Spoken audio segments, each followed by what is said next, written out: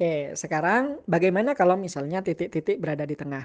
Nah, untuk menyelesaikan soal dengan tipe ini, maka teman-teman butuh satu materi, yaitu materi tentang verb asli dan verb palsu.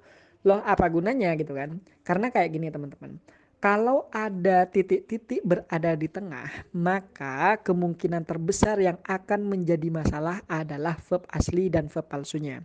Ingat, semua kalimat pasti memiliki satu kata kerja asli. Pasti itu.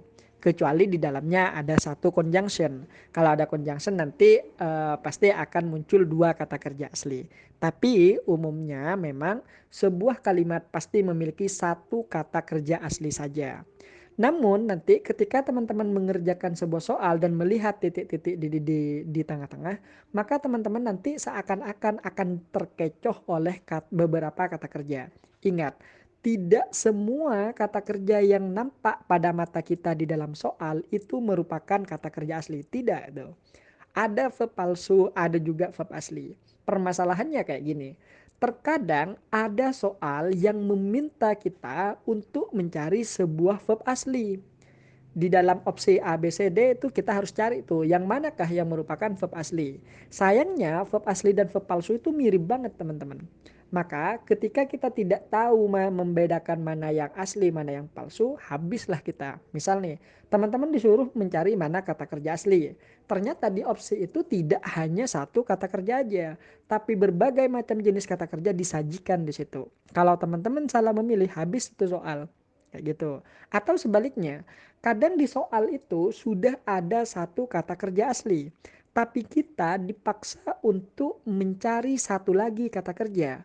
Maka yang harus kita cari itu berarti kata kerja yang palsu. Sekali lagi, di dalam soal tidak mungkin hanya ada kata kerja palsu. Pasti juga ada kata kerja asli dan juga beberapa kata kerja palsu di situ. Artinya kan di soal sudah ada nih satu kata kerja yang asli. Maka kan kita tidak boleh memilih kata kerja yang asli lagi. Kalau kita pilih yang asli maka salah tuh nanti. Jadi gimana caranya? Cari yang palsu. Nah disinilah teman-teman wajib mengetahui seperti apa verb asli dan seperti apa verb palsu. Berikut penjelasannya. Oke, sekarang kita akan belajar verb asli dan verb palsu. Apa itu verb asli dan apa itu verb palsu? Oke, kita mulai dari definisinya dulu dan fungsinya tentunya. Yang pertama, definisi dari verb asli. Verb asli itu adalah kata kerja yang masih berfungsi sebagai kata kerja.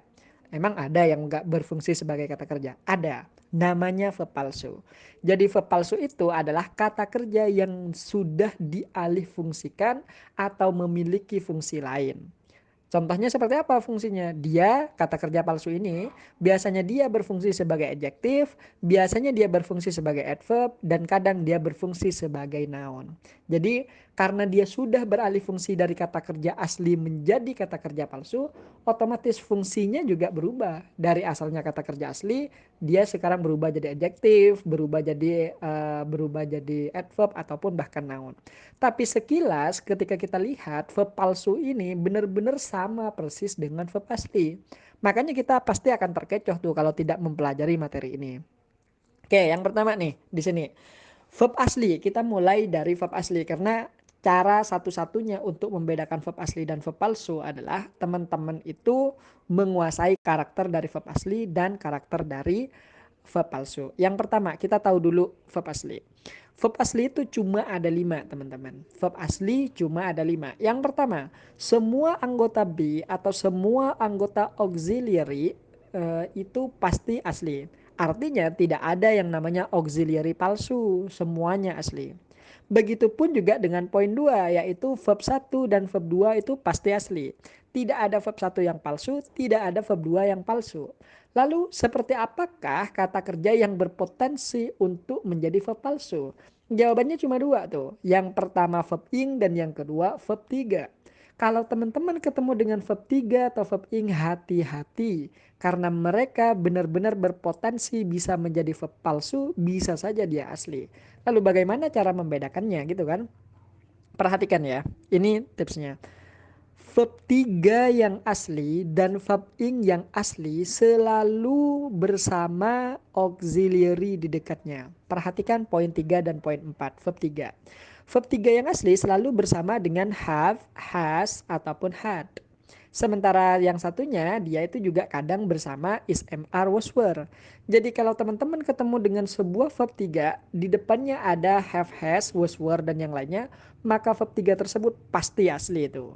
Sementara kalau kita nih teman-teman ketemu dengan sebuah verb 3, tiba-tiba dia nongol sendirian tidak didahului oleh is, am, are ataupun have, has, maka pasti dia itu merupakan verb palsu. Artinya, verb asli itu selalu berpasangan dengan auxiliary, sementara verb palsu itu pasti dia selalu sendirian tuh, jomblo, jomblo.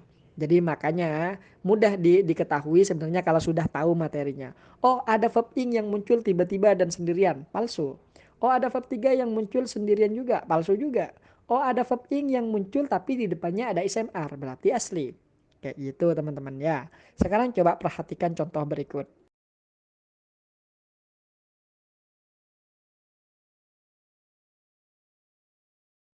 Oke, sekarang coba perhatikan contoh ini. Teman-teman di pertama ketemu dengan the man standing. Lihat, tiba-tiba muncul sebuah verb ing dan di depannya tidak ada ismr. Maka kata standing ini palsu. Lalu bagaimana dengan yang di belakang? Lihat, di belakang ada kata thrice. Thrice itu verb 1 yang ditambah sis. Maka jelas thrice ini yang asli sementara standing yang di depan palsu. Kok bisa? Lihat aja, standingnya sendirian tanpa adanya ismr, palsu. Sementara thrice itu merupakan sebuah verb asli karena dia terbentuk dari bentuk pertama yaitu verb 1. Jadi makanya dia asli. Lalu bagaimana dengan flutter? Flutter itu juga merupakan sebuah verb 1 dan pastinya dia asli. Tapi karena di depannya ada to, makanya dia itu jadinya palsu.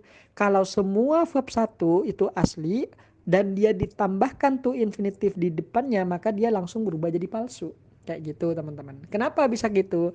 Karena semua to infinitif itu nanti akan berfungsi sebagai kata benda dan menjadi adverb. Makanya to flutter itu tidak bisa kita kategorikan sebagai verb asli karena fungsinya dia sudah berubah. Coba lihat nomor 2 nih. Contoh kedua, the bag taken.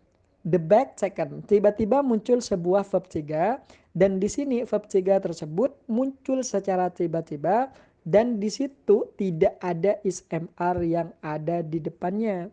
Sehingga kata taken ini bisa kita kategorikan sebagai sebuah verb palsu tuh. Lalu bagaimana dengan kata given di belakang? Lihat, given itu juga merupakan sebuah verb 3.